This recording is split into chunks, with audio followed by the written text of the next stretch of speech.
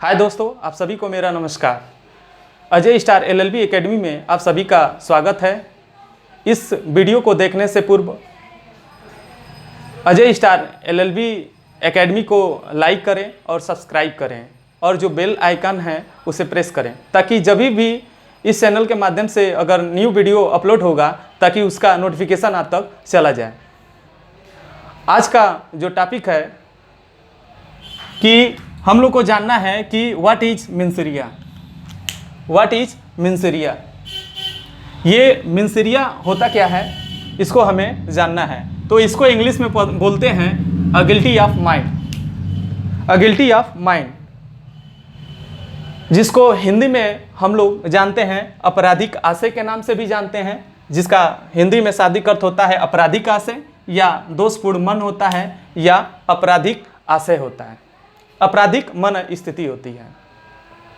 मिन्सिरिया का जो रोल होता है किसी अपराध में, अगर कोई अपराधी होता है, अगर उसके द्वारा कोई अपराध कर दिया जाता है तो मिन्सिरिया जो है कहीं न कहीं अपना महत्वपूर्ण योगदान देता है।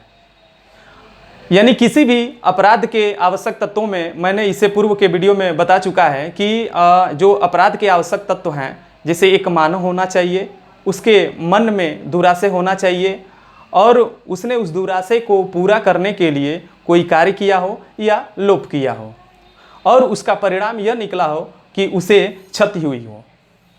यानी कोई कार्य अपराध तभी होगा जब वह ऐसा कार्य आपराधिक मन स्थिति के साथ किया गया हो, उस कार्य में हमेशा मिन्सिरिया जुड़ा हुआ हो। जो मिन्सिरिया जो शब्द है, इसको भारतीय दंड संहिता में, मिन्सिरिया शब्द को भारतीय दंड संहिता में परिभाषित नहीं किया गया है।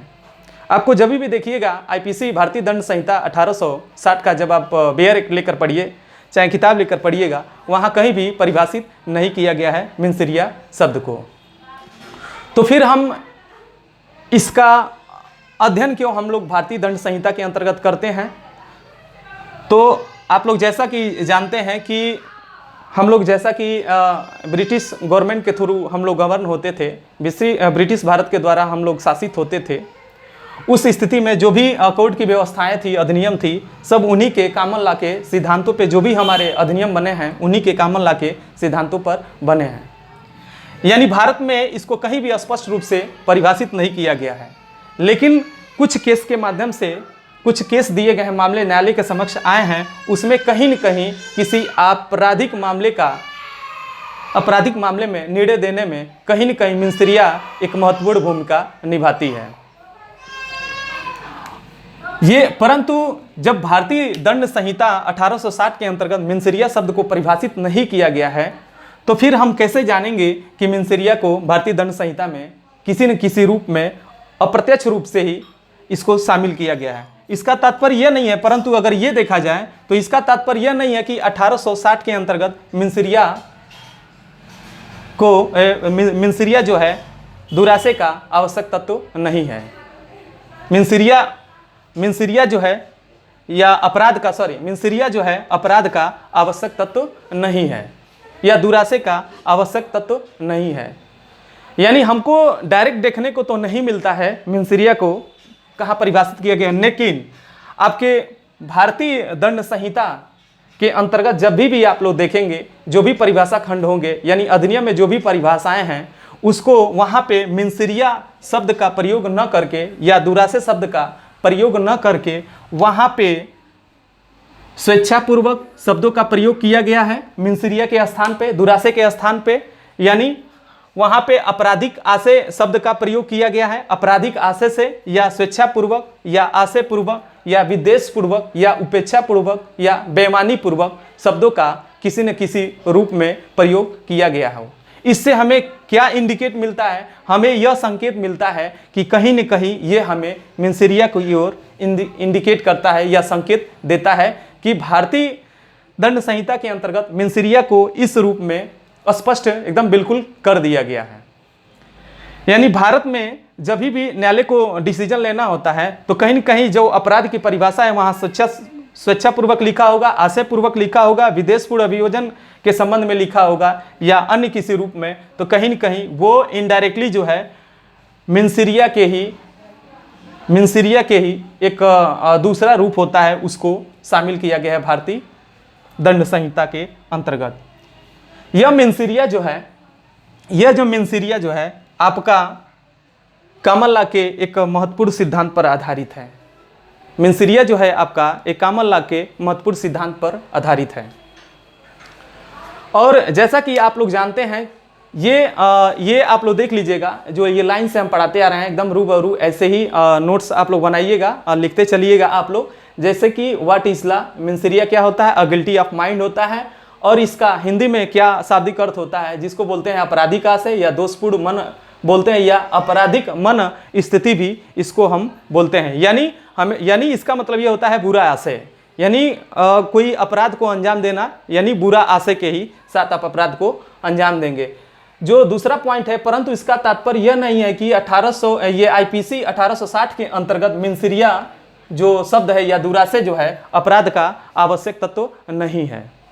ये नहीं है कि ये अपराध का आवश्यक तत्व नहीं है, यानी कहीं न कहीं ये अपराध का आवश्यक तत्व है, लेकिन इसको दूसरे रूप में भारतीय दंड संहिता के अंतर्गत अपनाया गया। इसको दूसरे नाम से जानते हैं, जैसे आशयपूर्वक, विद्वेषपूर्वक, स्वेच्छापूर्वक, कपटपूर्वक, बेईमानीपूर्वक, उपेक्षापूर्वक, इस तरीके से कहीं न कहीं आप परिभाषा खंड देखेंगे इन शब्दों का प्रयोग किया गया है। और यह जो है कॉमन लॉ के एक महत्वपूर्ण सिद्धांत पर आधारित है। कोक महोदय जो है, जो कॉमन लॉ का जो महत्वपूर्ण सिद्धांत जो है, एक लैटिन सूक्ति होती है, सूत्र होता है, उसी पे यह आधारित है। एक विद्वान महोदय हैं जिनको कोक महोदय के नाम से जानते हैं, ये विधिशास्त्री भी हैं। ये जो कोक महोदय जो हैं, इन्होंने इस सूत्र की व्याख्या किया है, इन्होंने ही इस सूत्र की व्याख्या किया है या इसे अभिव्यक्त किया है।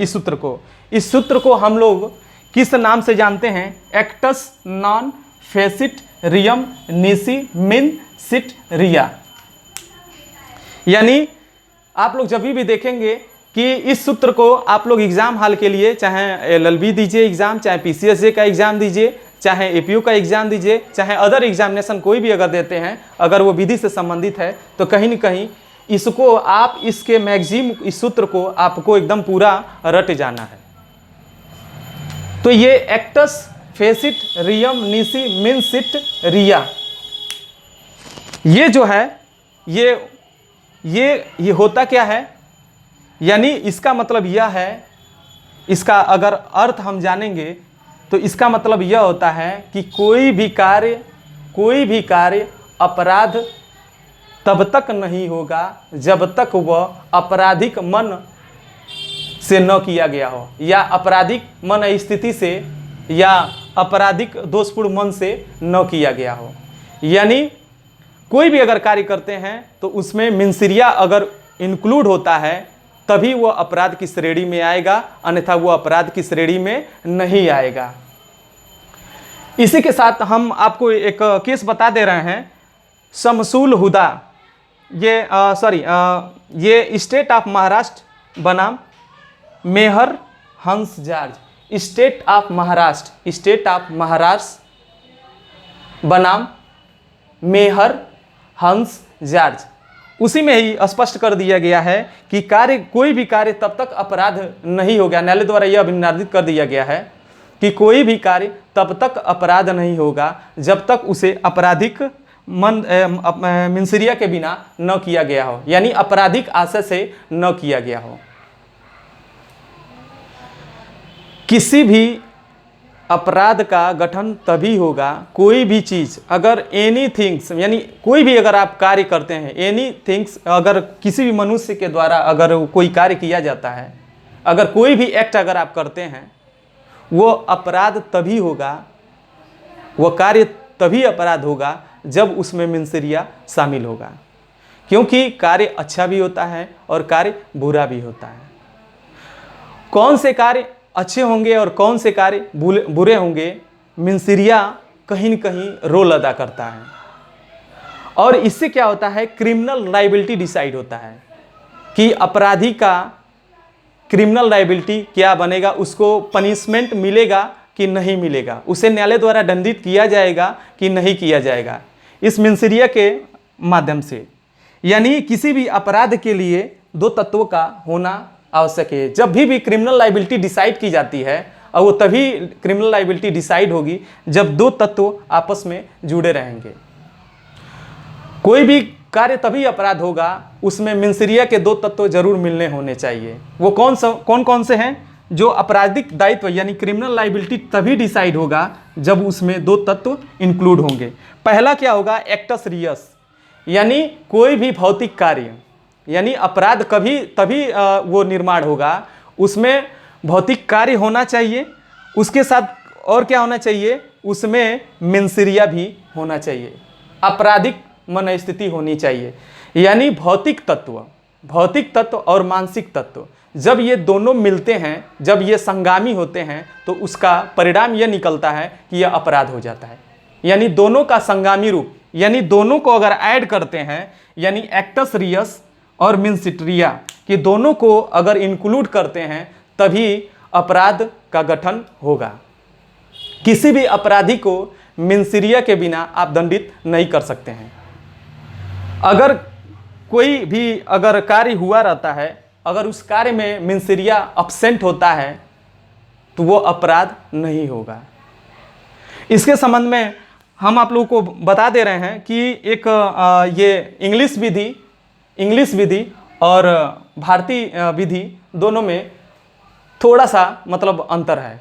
भारतीय विधि में इंग्लिश विधि में देखा जाए, इंग्लिश विधि में अगर देखा जाता है तो वहाँ पे जो अपराधी की लायबिलिटी डिसाइड होती है, क्रिमिनल लायबिलिटी डिसाइड होती है, वो टोटल मेंसिरिया पे ही डिसाइड होती है।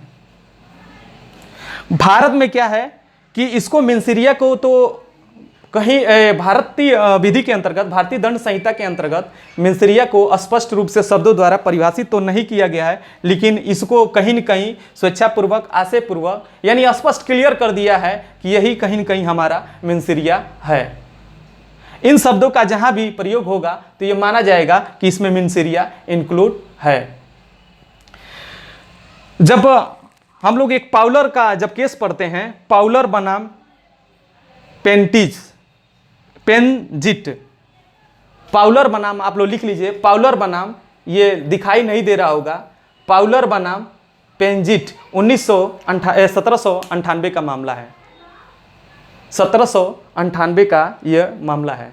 उसमें यह दिया था, न्यायालय द्वारा ने यह अभिनिर्धारित किया गया कि कोई भी कार्य तब तक अपराध नहीं होगा जब तक दो तत्वों को शामिल नहीं किया जाएगा। यानी किसी भी अपराधी का दायित्व का निर्धारण तभी होगा, उसको पनिशमेंट हम पेनाल्टी तभी देंगे जब उसमें दो तत्व शामिल होंगे।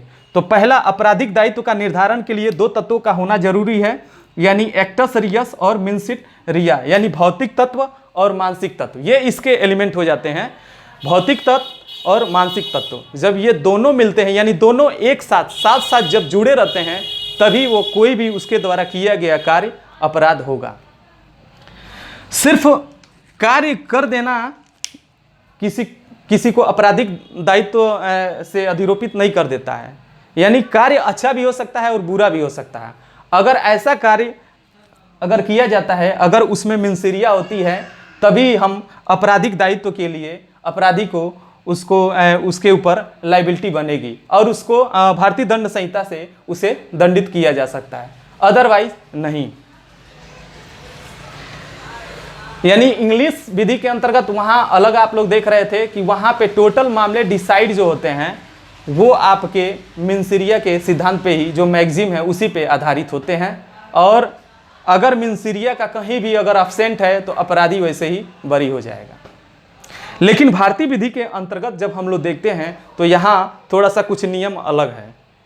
भारतीय विधि के अंतर्गत नियम कुछ अलग है। यहाँ पे ये दिया गया है कि कुछ अपवाद गठित किए गए हैं न्यायालय के विनिश्चय के माध्यम से, क्योंकि देखिए संसद के द्वारा, जो भी संसद है, संसद के द्वारा कोई अभी तक कानून में किसी भी परिभाषा खंड में स्पष्ट रूप से मिंसरिया शब्द का प्रयोग नहीं किया गया है। लेकिन न्यायालय जो है अपने विनिश्चय के माध्यम से यहाँ जहाँ ये स्वेच्छापूर्वक, आशयपूर्वक, कपटपूर्वक, बेईमानीपूर्वक इन शब्दों का जो प्रयोग किया गया है, न्यायालय जब किसी मामले का डिसाइड करता है तो कहीं न कहीं इंग्लिश लॉ के सिद्धांत को अपने यहाँ भी उसको अप्लाई करता है, इस रूप में अप्लाई करता है। इससे क्या होता है, मामले का जो निस्तारण होता है, समाधान होता है, वो बहुत ही आसानी से हो जाता है और अपराधी की क्रिमिनल लाइबिलिटी डिसाइड हो जाती है।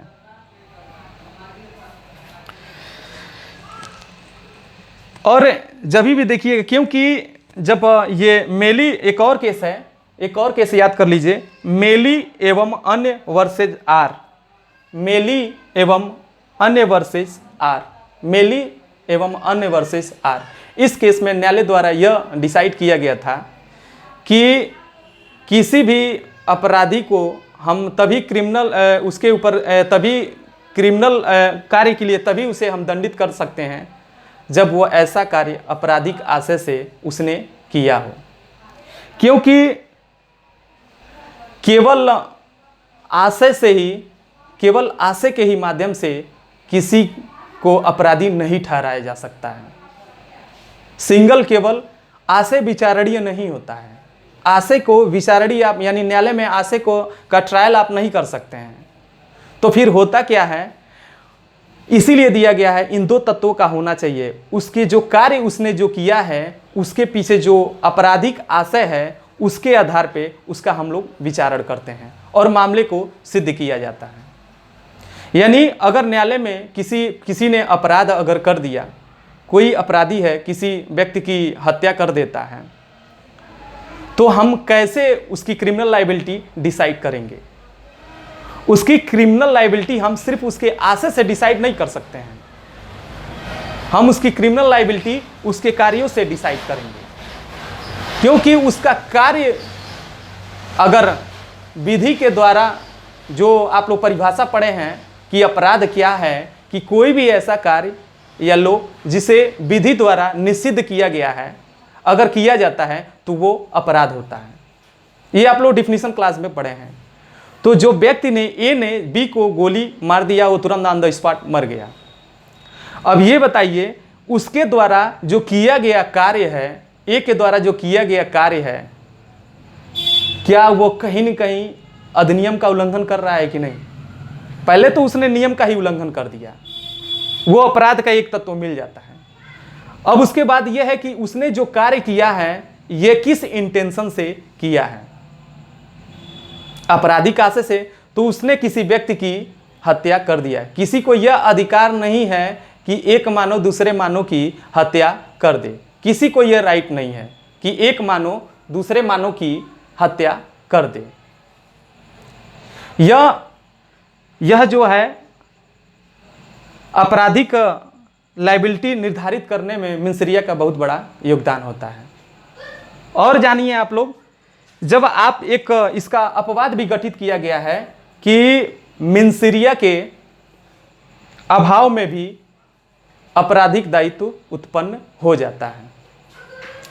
जैसे जब आप सिराज वर्सेज रूटजन का, डी रूटजन का आप लोग जब केस पढ़ते हैं, सिराज वर्सेज डी रूटजन का केस अगर आप पढ़ते हैं तो उसमें 5 अपवाद बताए गए हैं कि जिसमें बिना क्रिमिनल इंटेंशन के, बिना आपराधिक आशय से भी अपराध घटित हो जाता है भारतीय विधि के अंतर्गत। उसमें ये स्पष्ट कर दिया गया है। और ये भारत में, इसमें यह बताया गया है भारत में किस रूप में मिंसरिया को भारत में शामिल किया गया है। तो भारत में जो मिंसरिया को जो शामिल किया गया है 3 रूपों में शामिल किया गया है। इसकी स्पष्ट न्यायालय को विनिश्चय के माध्यम से ही इसे डिसाइड किया गया है। तो पहला जो है, मिंसरिया को सकारात्मक रूप से भारत में शामिल किया गया है। दूसरा जो है आपका नकारात्मक रूप से भारत में शामिल किया गया है। और तीसरा स्ट्रिक्ट लायबिलिटी के माध्यम से मिंसरिया को भारत में शामिल किया गया है। यानी कठोर दायित्व, ये सकारात्मक रूप से जब आप अधिनियम की परिभाषाएं पढ़ते हैं जिसमें आशयपूर्वक, स्वेच्छापूर्वक, ये कपटपूर्वक, बेईमानीपूर्वक शब्द आता है, तो ये कहीं न कहीं क्रिमिनल लायबिलिटी को ये दर्शाता है। यानी ये मिंसरिया को इस रूप में, प्रत्यक्ष रूप में शामिल किया गया है भारत में। और किस रूप में मिन्सिरिया को शामिल किया गया है भारतीय ये अधिनियम के अंतर्गत? नकारात्मक रूप में भी मिन्सिरिया को शामिल किया गया है। जब आप जनरल एक्सेप्शन 76 से लेके 95 तक का अगर आप पढ़ते हैं तो उसमें भी मिन्सिरिया को शामिल किया गया है। वहाँ क्या होता है, मिन्सिरिया जो है वहाँ मिन्सिरिया को जनरल एक्सेप्शन में अब्सेंट माना जाता है। बहुत आज गर्मी हो रही है।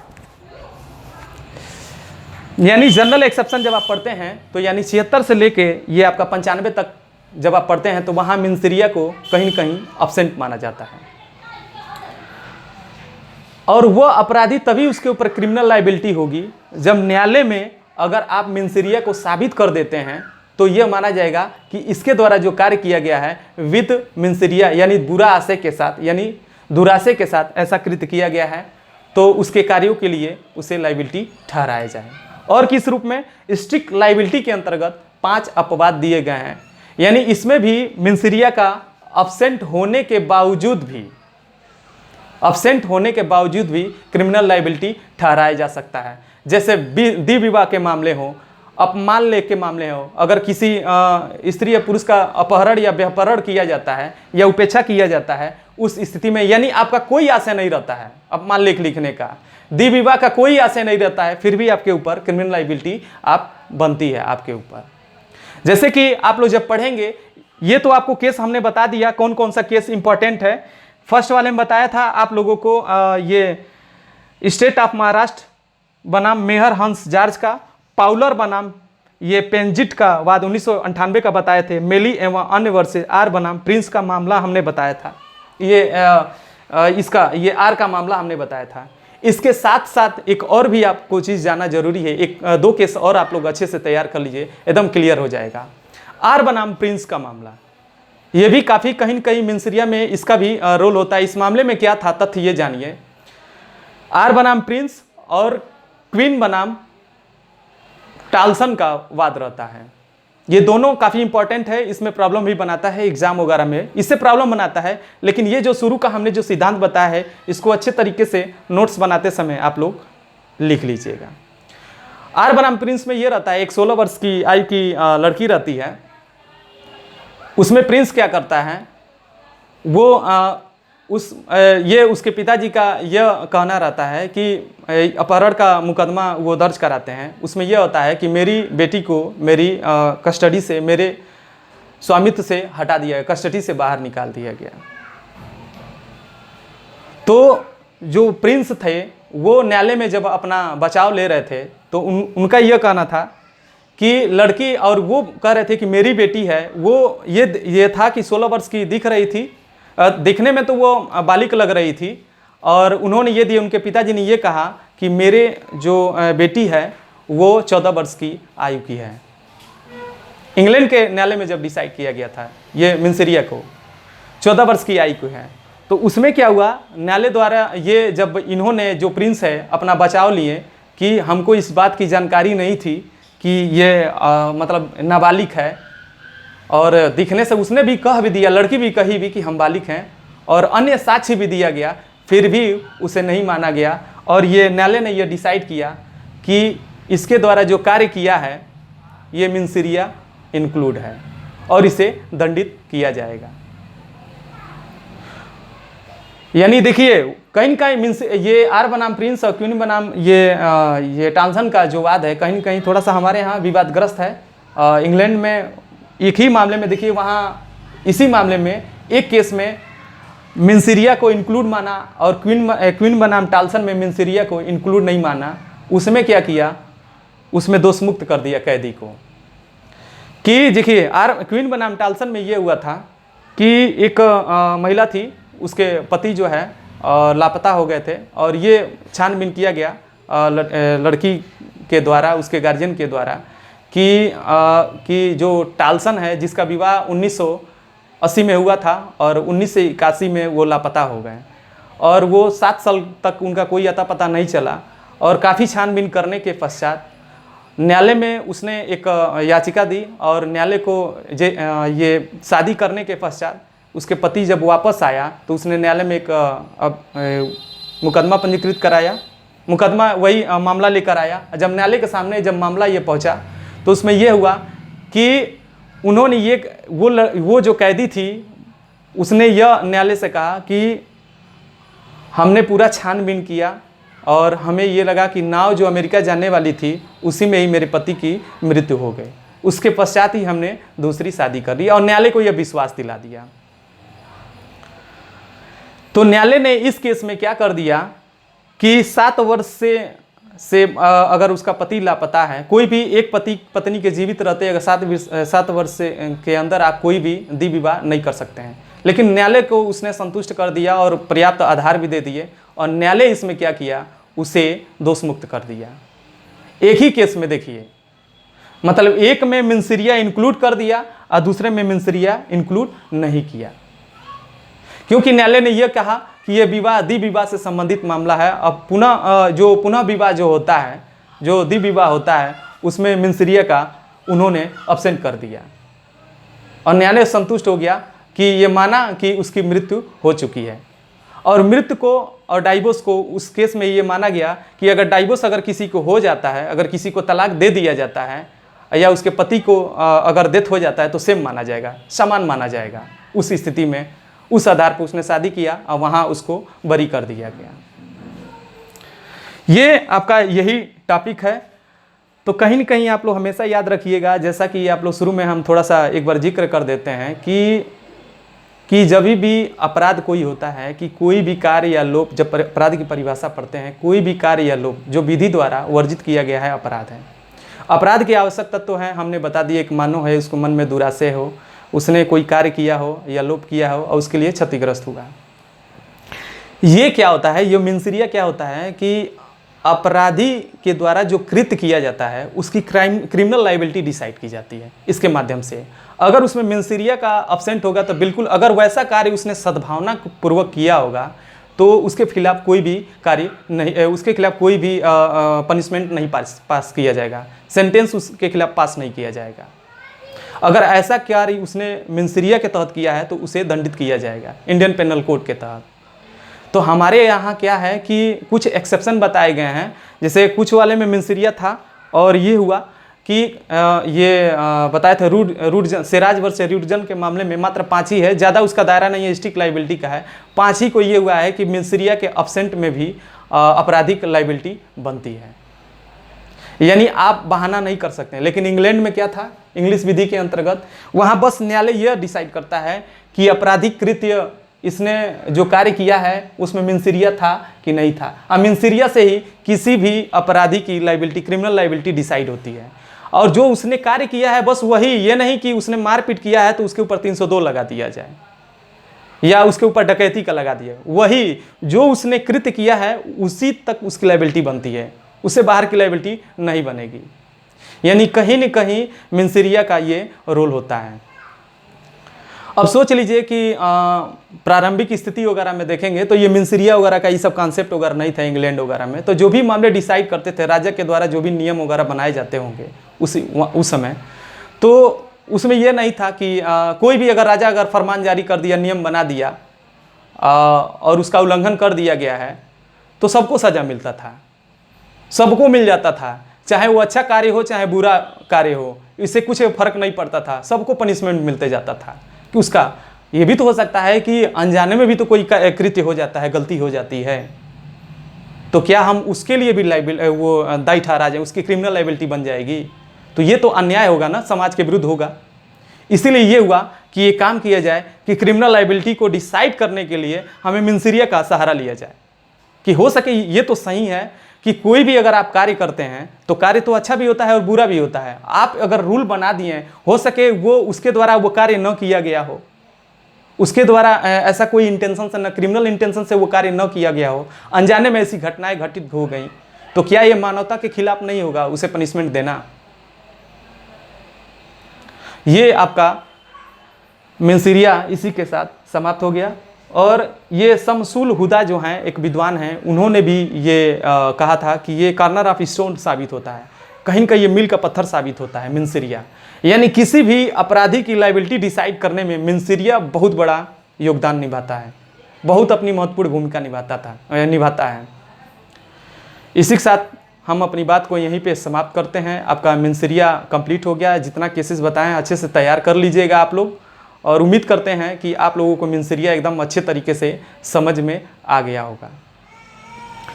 और इस चैनल को आप लोग लाइक करें, सब्सक्राइब करें, और इसका बेल आइकन है उसको प्रेस करें, ताकि जब भी न्यू वीडियो अगर अपलोड किया जाए तो आपको नोटिफिकेशन चला जाए। और मैं यही चाहूँगा कि आप लोग जितना अगर इसको सब्सक्राइब करवाएंगे, शेयर करेंगे, लिंक करेंगे, तो ज़्यादा से ज़्यादा बच्चों को जो दूर दराज से आते हैं उनको भी फ़ायदा हो जाएगा। और ताकि जो बच्चे हैं जो इस समय जो असुविधाएं हैं, शुल्क नहीं है, तो उनको काफ़ी मदद मिले। इसी के साथ हम अपनी बात को यहीं पे समाप्त करते हैं। और जो भी कमेंट करना होगा, जिनको भी अगर समस्या होगी, कोई चीज़ें समझ में नहीं आ रहा होगा, तो आप लोग कमेंट कर दीजिएगा, हम उसका जवाब ज़रूर देंगे इस चैनल पे, मेरे चैनल पे। जो भी अगर डाउट हो रहा है तो आप लोग कमेंट कर दीजिएगा, हम ज़रूर जवाब देंगे इसका। बहुत बहुत धन्यवाद।